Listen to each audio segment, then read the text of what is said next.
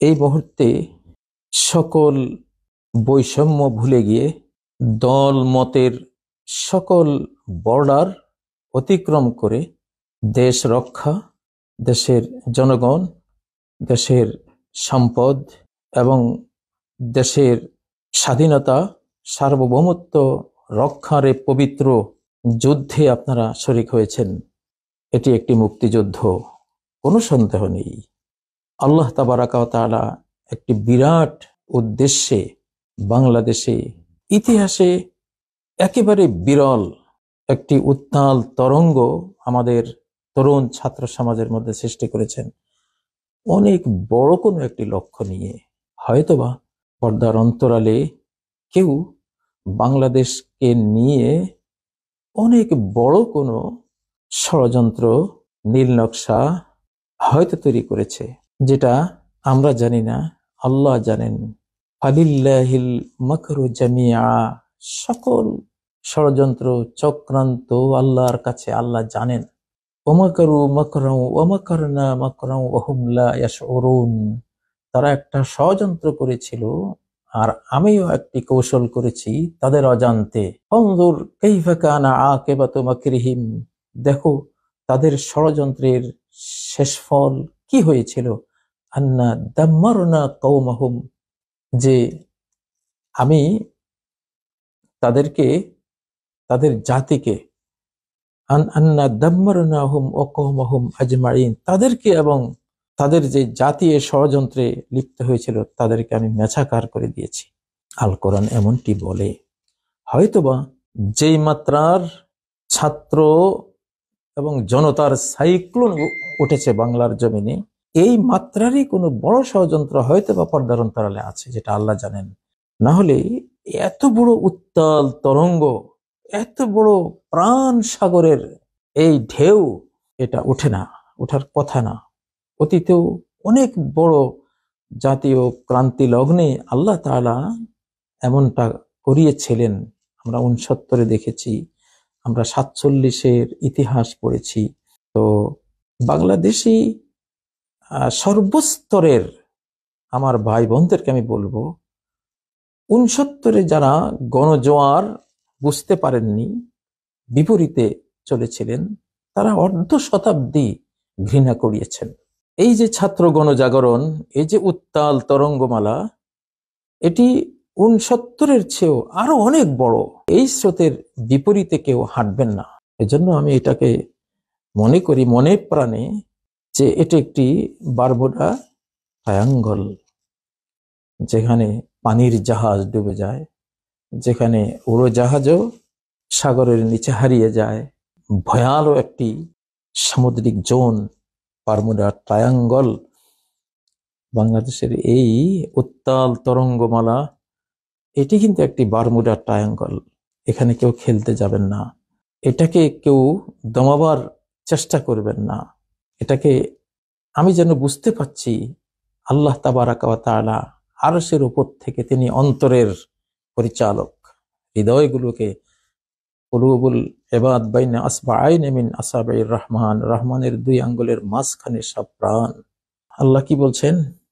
ওয়ালাউ শাআল্লাহু লাসাল্লাতাহুম আলাইকুম ফালাকাতালুকুম, আল্লাহ যদি চান, আল্লাহ যদি চাইতেন, তাহলে আল্লাহ তাদেরকে তোমাদের বিরুদ্ধে লেলিয়ে দিতেন এবং তারা অবশ্যই তোমাদের বিরুদ্ধে যুদ্ধ করত। এই লেলিয়ে দেওয়ার কাজটা কারো অন্তরে দুর্বলকে সবল বানিয়ে দেয়া, হরিণগুলোকে টাইগার সিংহের মতো করে দেয়া, বুলবুলিদেরকে বাজ ঈগল শাহবাজ বানিয়ে দেওয়ার মতো কাজ আল্লাহ করেন। সূরা আর-নিসা এটি বলেছেন ৯০ নম্বর আয়াতে, ওয়ালাউ শাআল্লাহু লাসাল্লাতাহুম আলাইকুম ফালাকাতালুকুম, আল্লাহ চাইলে তাদেরকে তোমাদের উপর লেলিয়ে দিতেন, ধাওয়া করে দিতেন, তখন সন্দেহাতীত ভাবে তারা তোমাদের বিরুদ্ধে যুদ্ধে ঝাঁপিয়ে পড়ত। একদল দুর্বলদের ব্যাপারে আল্লাহ এটা বলেছে। কেন আমাদের বাংলাদেশের আজকে গোটা জাতি একটা যুদ্ধে ঝাঁপিয়ে পড়েছে? এটা আল্লাহ চেয়েছেন। তিনি হৃদয়ের মালিক, হৃদয়গুলোকে তিনি ঘোরান, পরিচালনা করেন। আমরা যখন ঘুমিয়ে পড়ি তখন আরশের নিচে মুমিনরা সবাই যায়, সেখানে আমাদের আত্মাগুলো হাজির হয়, বার্তাগুলো আল্লাহ থেকে আসে। অতএব এই বারমুডা ট্রায়াঙ্গলে কেউ পড়তে যাবেন না, সবকিছু ছাত্রদের হাতে এখন দিয়ে দেন ইনশাআল্লাহ। আমাদের এই তরুণরা, আমাদের এই ইউসুফরা, যাদের আমরা গ্রাণ পাচ্ছিলাম অনেক আগে থেকেই, আমরা বাবারা এই দেশের পরিচালনার মেধা হারিয়েছি, যোগ্যতা হারিয়েছি, এখন আমাদের সন্তানরা সামনে এসেছে। আমি এক সময় হয়তো একজন ইউসুফের কথা কল্পনাতে নিয়ে এসেছিলাম, বক্তৃতাও বলেছিলাম। এখন দেখি না, সেটা এক ইউসুফ না, এটা প্যানেল ইউসুফ, শত লক্ষ কোটি ইউসুফ সামনে এসে গেছে ইনশাআল্লাহ। এদের হাতে এই দেশ আরেকবার স্বাধীন, সার্বভৌম মর্যাদা ফেরত পাবে এবং উন্নতির এবং বৈষম্যহীন ইনসাফপূর্ণ সামাজিক বৈশিষ্ট্য নিয়ে এগিয়ে যাবে বলে আশা করি। তাদের হাতে ছেড়ে দেন ইনশাআল্লাহ। পুলিশ বাহিনী এখন ছাত্র সমাজের বাহিনী, আর্মি তারাও ছাত্র সমাজের বাহিনী, র্যাব, বিজিবি আপনারা সবাই ছাত্র সমাজের হয়ে যান। আমরা হয়ে গেলাম। এদেশের যারা রাষ্ট্র পরিচালনার দায়িত্বে ছিলেন আপনারাও হয়ে যান। দেখুন আপনাদের, এরা আপনাদেরও সন্তান, আমাদেরও সন্তান। আমাদের পিতাদের ব্যর্থতা দেখেই তারা এগিয়ে এসছে। তো পিতা ব্যর্থ হলে সন্তান যখন এগিয়ে এসে হাল ধরে, সন্তানের বুকে পিতারা গুলি চালায় না। এটা পিতা পুত্রের বিষয়। আপনারা বাংলাদেশের এই বিষয়টিকে শুধু দেখবেন, এটা পিতা পুত্র, পিতা মাতা, সন্তান সন্ততির বিষয়। এটা সন্তানের বুকে গুলি দেয়া যায় না। সন্তান দেখছে যে আমি পাচ্ছি না, সন্তান সেটা পরিচালনার দায়িত্ব নিচ্ছে। আচ্ছা দেখি না আমার বাবারা কি করে, সন্তানরা আমাদের কি করে, সেই জন্য তাদের হাতে ছেড়ে দেন। আমরা, আপনারা, পিতারা, আমরা তো আছি, মাতারা, পিতারা, আমরা তো আছি, আমরা গাইডলাইনে আমরা থাকবো ইনশাআল্লাহ, আমরা তো দেখবো। হযরত ইউসুফ আলাইহিস সালাম একাই যখন দায়িত্ব নিয়েছিলেন, তার দ্বারা তো গোটা জাতি বেঁচে গিয়েছিল, একটা নেশন বেঁচে গিয়েছিল, ইতিহাস এদের দ্বারা বেঁচে যাবে ইনশাআল্লাহ। তো আমি আবারও বলছি, এই বারমুডা ট্রায়াঙ্গলে কেউ নৌকা চালাতে যাবেন না, কেউ সীমানায় যাবেন না, ওদেরকে করতে দেন। ওরা ইনশাআল্লাহ, দেখেন না ওরা এক একটা যে টার্ম গুলো ইউজ করছে, march for justice, march to Dhaka, remembering our heroes, complete shutdown, এই এই পরিভাষাগুলো তো আগে ছিল না। খুবই সুন্দর, মার্জিত এবং সুচিন্তিত মনে হচ্ছে।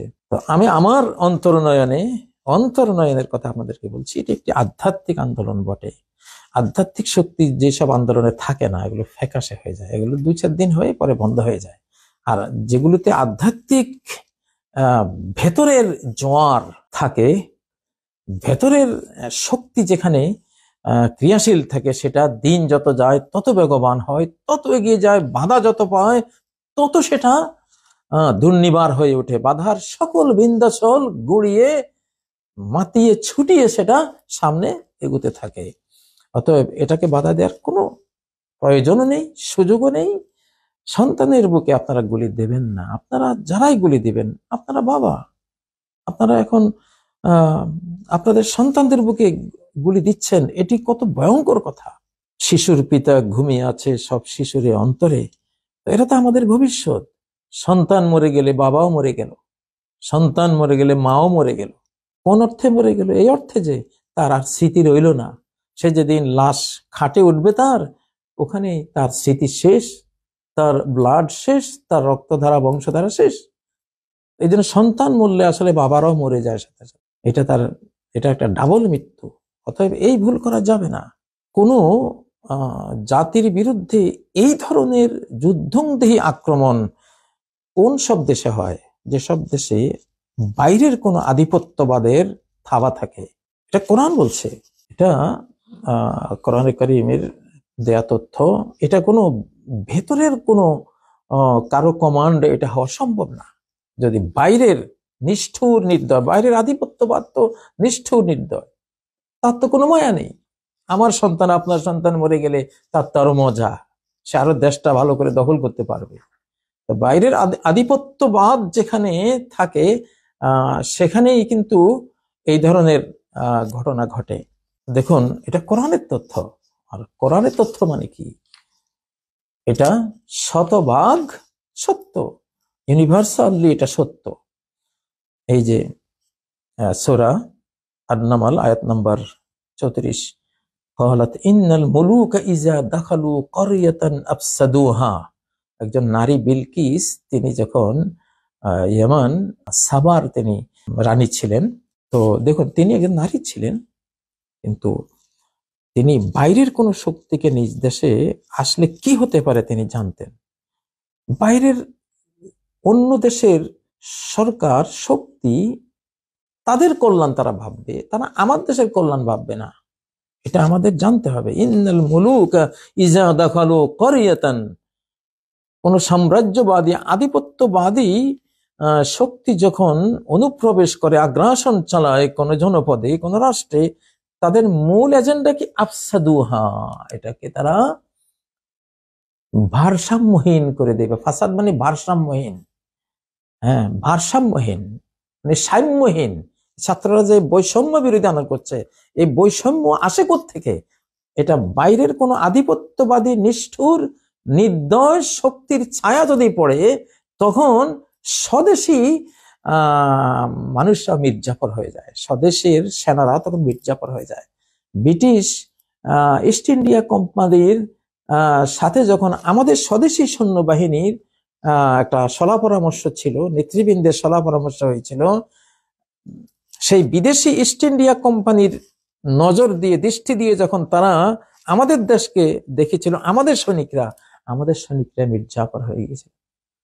মির্জাফরের অধীনে অধিকাংশ, প্রায় সবগুলি সৈন্যবাহিনী দাঁড়িয়ে আছে। আর ক্লাইভ আমাদের সিরাজকে, মীর মদনকে, আমাদের দেশপ্রেমিক সেই রাজা এবং তার সৈন্যবাহিনী দেশবন্দী আছে, তাদেরকে হত্যা করেছে। ওরা ঠায় দাঁড়িয়ে দাঁড়িয়ে তামাশা দেখেছে মির্জাফর। তো ইন্নাল মুলুকা ইযা দাখালু ক্বরিয়াতান আফসাদুহা, মনে রাখবেন, ভিন্ন দেশের কোন আধিপত্য যদি আপনার দেশে থাকে, তারা ধ্বংস করবে। আফসাদুহা, সবকিছুকে ভারসাম্যহীন করে দিবে, ধ্বংস করে দিবে। বাংলাদেশের এই 50 বছরের ভারসাম্যহীনতার পেছনে বাইরের এই কুদৃষ্টি, নিষ্ঠুর নির্দয় আগ্রাসনটাই হলো মূল দায়ী। ইন্নাল মুলুকা ইযা দাখালু ক্বরিয়াতান আফসাদুহা ওয়াজআলু আইজ্জাতা আহলিহা আযিল্লাহ। তাদের দ্বিতীয় এজেন্ডা হলো, এই রাষ্ট্রে, এই জনপদে কারা শক্তিশালী আছে, প্রতিভাবান আছে, মেধাবী আছে, ওদেরকে একেবারে নিচদের নিচতমে ফেলে দাও, ওদেরকে হীনবল করে দাও, লাঞ্ছিত করে দাও, অপদস্থ করে দাও, মান মর্যাদার অনারেবল যত অবস্থান আছে সেখান থেকে নামিয়ে দাও, সরিয়ে দাও। অতএব আমাদের বাংলাদেশে আমি আশা করব, নিজের দেশকে নিজের সন্তানরা যেভাবে দেখে, আমাদের ছাত্ররা তাদের চোখ দিয়ে দেখেন, বাইরের কোনো চোখ দিয়ে আপনারা আমাদের দেশের জনগণকে দেখবেন না। যদি দেখেন, মির্জাফর হয়ে যাবেন, মির্জাফরের মতোই নিষ্ঠুর হয়ে যাবেন। মির্জাফরের সামনে, তার বাহিনীর সামনেই মুষ্টিমেয় লর্ড ক্লাইভ কাপুরুষ, সে আমাদের সিরাজকে, আমাদের এই বাংলার যে 5-6 হাজারের বাহিনী দেশপ্রেমিক ছিল, তাদেরকে খুন করেছে। ওরা শুধু চেয়ে চেয়ে দেখেছে। আশা করি এই ইতিহাসের পুনরাবৃত্তি যাতে না হয়। প্রিয় বন্ধুরা, তো এই সময়ে কোনো দল নেই, সকল দল এখন ব্যান্ড করে দেন। বাংলাদেশে আর কোনো দলের দরকার নেই, সবাই আমরা বাংলা ভাষী, বাংলাদেশী। এই দলাদলির কারণে আপনি গুলি করবেন, ভিন্ন দল যে আপনার মত পোষণ করে না, আপনি তার বুকে গুলি করবেন। আল কোরআন সে তথ্য দিয়েছে। আমি যে সূরা আল আনামের 65 নম্বর আয়াতের কথা বলেছি, আল কোরআন সেটা বলেছে। কেন মুসলিমরা একে অপরকে মারে, কি কারণে মারে, মারার কারণটা কি, নবীজিকে আল্লাহ তাআলা বুঝিয়েছেন। সেখানে তিনি বলেছেন, আওয়াইয়াল বিসাকুম শিয়ান ওয়া ইউযিকা বা'দাকুম বা'সা বা'দ। আল্লাহ তোমাদেরকে, তোমার উম্মত যখন তোমার আদর্শচ্যুত হয়ে যাবে, তখন তারা কি হয়ে যাবে? কুপ্রবৃত্তি ভিত্তিক। পাগল মন রে, তুই কেন এত কথা বলিস? যার মনে যা চায়, কারো মন সম্পদ চায়, বিত্ত বৈভব চায়, সে ওটা পেলেই ওইটাই তার মাবুদ, ওইটা পেলে সে দেশ বিক্রি করে দেবে, জাতি বিক্রি করে দেবে, জাতির বুকে গুলি চালিয়ে দেবে। তার হলো বিত্ত মাবুদের গোলাম সে, দাসানুদাস সে, সেজন্য সে গুলি করবে। আবার কেউ আছে ইগো, তার আত্মসম্মান, আত্মম্ভরিতার কুপ্রবৃত্তিতে সে আক্রান্ত, তার তার নিজের অহংকার ঠিক রাখার জন্য জাতিকে সে নিচু করে দেখে এবং জাতি মরুক, তারা ধ্বংস হোক, বিপর্যস্ত, তার কিছু যা আসে না, সে সেই কুপ্রবৃত্তির কারণে সে মারবে। আবার কেউ বা অন্য কোনো তার আহ্বা থাকতে পারে, তার বাপ দাদার কুপ্রবৃত্তি থাকতে পারে, আমার বাপ দাদা এই ছিল, তাদের তারা যা বলেছে, তারা যা করেছে সেটাই করতে হবে, আর তোমরা যা বলছো, তোমাদের বাপ দাদা যা করেছে ওটা বাদ। মানে আসলে এইসব কুপ্রবৃত্তির কারণে বিভিন্ন দল তৈরি হয়। তো এবং যেখানে কোন দল আছে, দলাদলি আছে, বহু দল আছে, সেখানে বহু সমস্যা আছেই। কোরআন সেটাকে ফাইন্ড আউট করেছে। আউয়াল বিসাকুম শিয়া, হে নবী তোমার উম্মতকে কুপ্রবৃত্তি ভিত্তিক, এক একজন এক একটা চাওয়া পাওয়া ভিত্তিক বিভিন্ন দলে আমি টুকরা টুকরা করে দেব। যখনই বহু দল হবে তখনই তার একটা ফলাফল আসবে, একটা কুফল আসবে। সেটা কি? প্রত্যেক দলের যে পাওয়ার, যে শক্তি আছে, এটা দিয়ে সে ভিন্ন দলের মানুষগুলোকে আযাব আস্বাদন করাবে, শাস্তি দেবে, জেল দিবে, জরিমানা করাবে, তাদেরকে হত্যা করবে, জখম করবে, দেশান্তরিত করবে, সব করবে। তাদের মূল কারণটা কি? দলাদলি। দলাদলি এই মুহূর্তে বাদ, সব বাদ, সবাই ছাত্র সমাজের সাথে একাকার হয়ে যায়, উত্তাল তরঙ্গে মিশে যান।